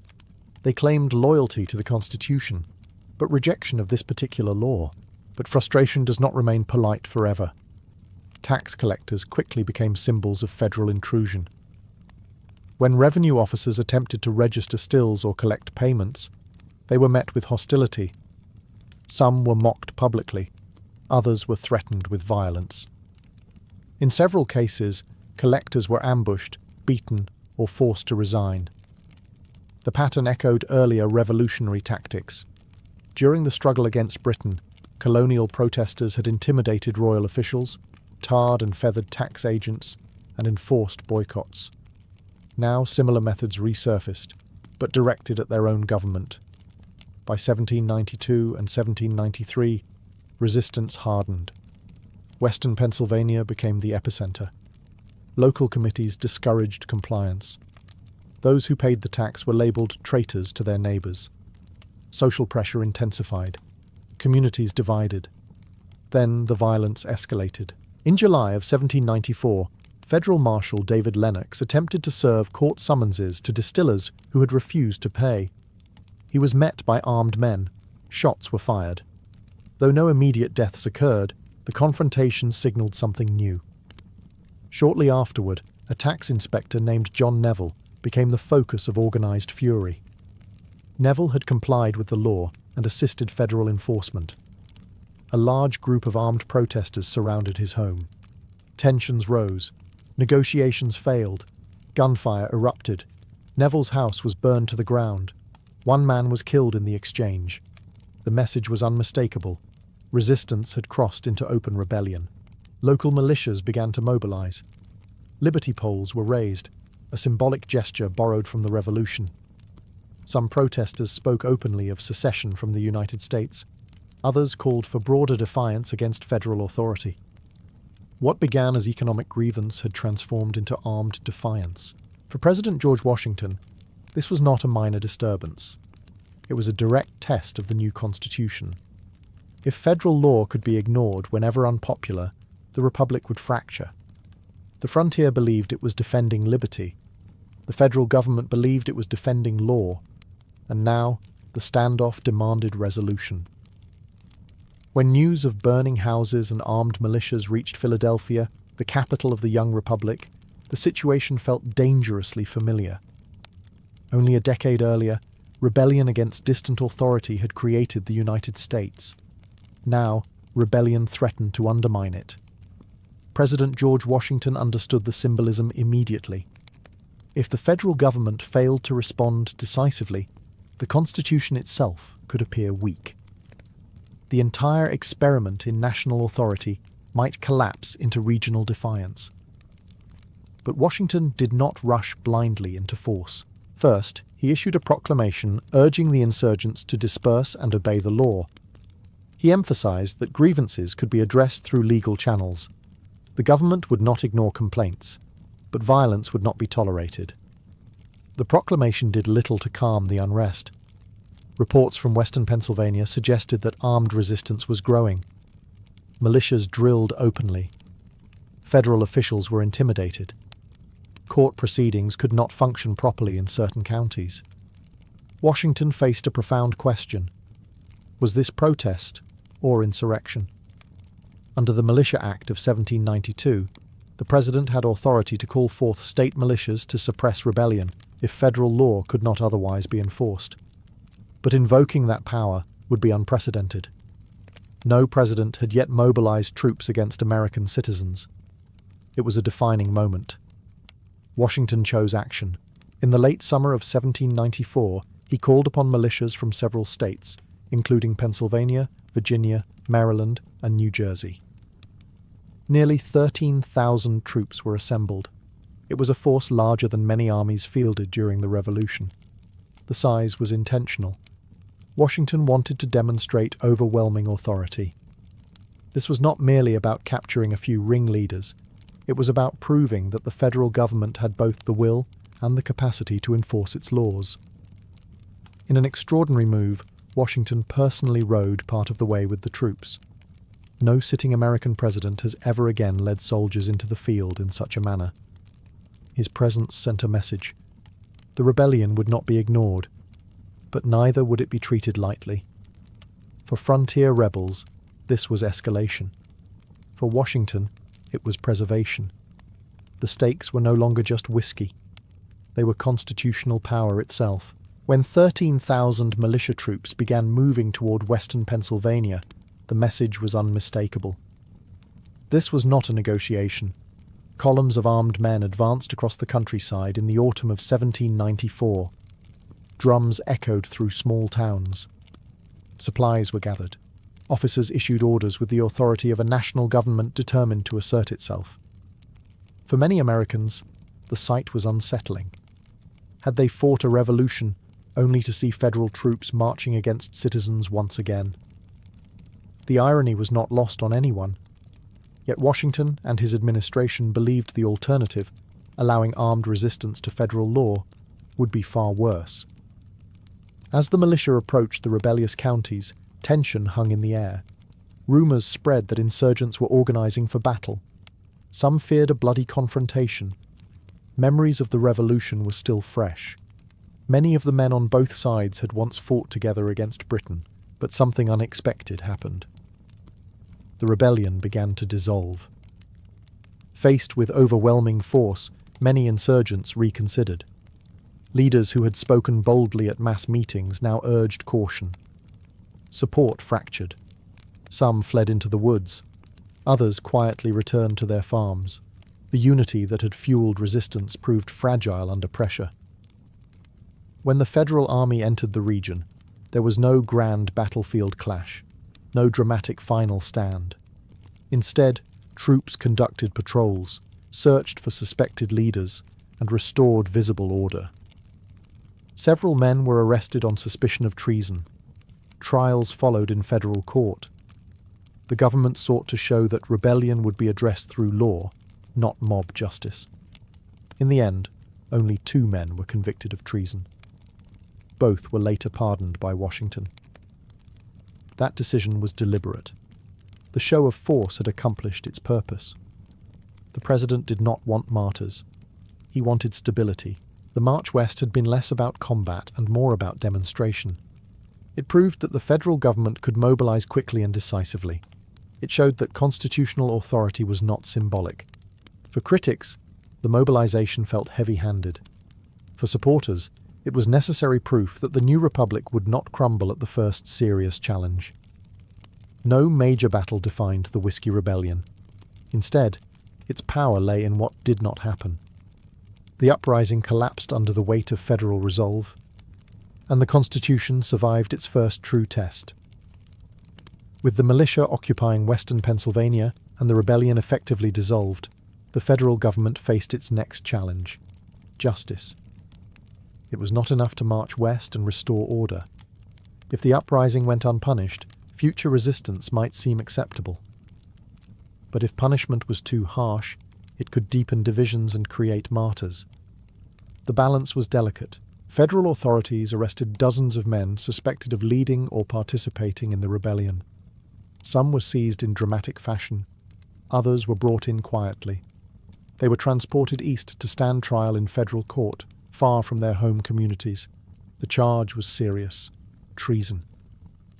Under the Constitution, treason meant levying war against the United States or aiding its enemies. It was the gravest accusation a citizen could face. If convicted, The penalty could be death. The trials unfolded in Philadelphia under intense public scrutiny. Many Americans watched closely. Was the government defending law or suppressing dissent? Prosecutors struggled to prove direct acts of organized war against the United States. Protest and intimidation were clear, but proving coordinated insurrection under constitutional standards required strong evidence. In the end, only 2 men were convicted of treason: John Mitchell and Philip Vigil. Both were relatively minor participants, not grand architects of rebellion. Their convictions carried the possibility of execution. At this point, President Washington made another defining decision. He issued pardons. The message was layered. The government had demonstrated that rebellion would be taken seriously. It had shown its willingness to mobilize force. It had upheld the authority of federal courts. But it would not seek vengeance. Washington's pardons reinforced the idea that federal power was firm, yet restrained. The rebellion had been suppressed, but reconciliation was still possible. This response contrasted sharply with how many European governments handled uprisings at the time. Executions, mass imprisonments, and brutal reprisals were common elsewhere. The United States chose a different path: strength paired with mercy. Critics of the administration, particularly those aligned with Thomas Jefferson, continued to argue that the excise tax was unjust and heavy-handed. Political divisions deepened, but the immediate crisis had passed. The trials and pardons closed the rebellion without bloodshed on a grand scale, and in doing so, they established a precedent. Federal authority would be enforced, but it would also be tempered by constitutional limits. Although the Whiskey Rebellion ended without a decisive battlefield clash, its political consequences rippled far beyond western Pennsylvania. The young republic was still defining itself. Political parties, though not officially recognized, were already forming around competing visions of government. On one side stood the Federalists, led by figures like Alexander Hamilton, who believed in a strong central government capable of regulating the economy and maintaining order. On the other stood the Democratic Republicans, aligned with Thomas Jefferson, who favored limited federal power and greater authority for the states. The rebellion intensified this divide. Federalists pointed to the uprising as proof that firm authority was necessary. In their view, the response demonstrated that the Constitution worked. The government had acted lawfully, mobilized the militia, restored order, and upheld the courts. To them, this was success. The Republic had faced a serious challenge and survived. Democratic Republicans saw something different. Many sympathized with the frontier farmers. They believed the whiskey tax unfairly targeted rural communities and favored wealthy Eastern interests. While few openly supported violence, they argued that the administration had overreacted. Mobilizing thousands of troops against citizens, they claimed, resembled the very tyranny Americans had fought to escape. Public opinion fractured along these lines. Newspapers took sides, pamphlets circulated, political rhetoric sharpened. The rebellion became more than a tax dispute. It became a symbol in the broader debate about the direction of the United States. Was the federal government a guardian of order, or an emerging centralized power that threatened local autonomy? For George Washington, the episode was deeply personal. He had hoped to remain above partisan conflict, yet the rebellion pulled him directly into the center of political controversy.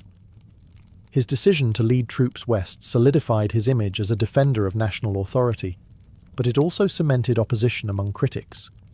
In many ways, the Whiskey Rebellion accelerated the formation of America's first party system. It exposed fundamental disagreements about taxation, representation, and the limits of federal power. Those disagreements would not disappear. They would shape elections, policy debates, and the future of the nation. The rebellion itself had ended quietly, but the political battle it ignited had only just begun.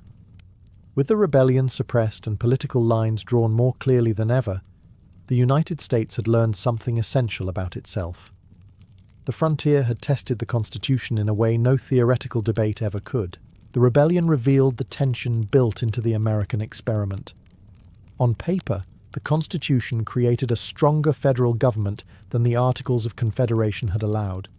In practice, many citizens still thought locally.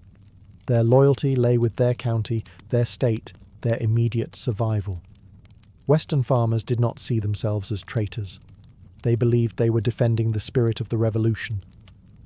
In their minds, unjust taxation, even by their own government, deserved resistance. That mindset did not disappear simply because independence had been achieved.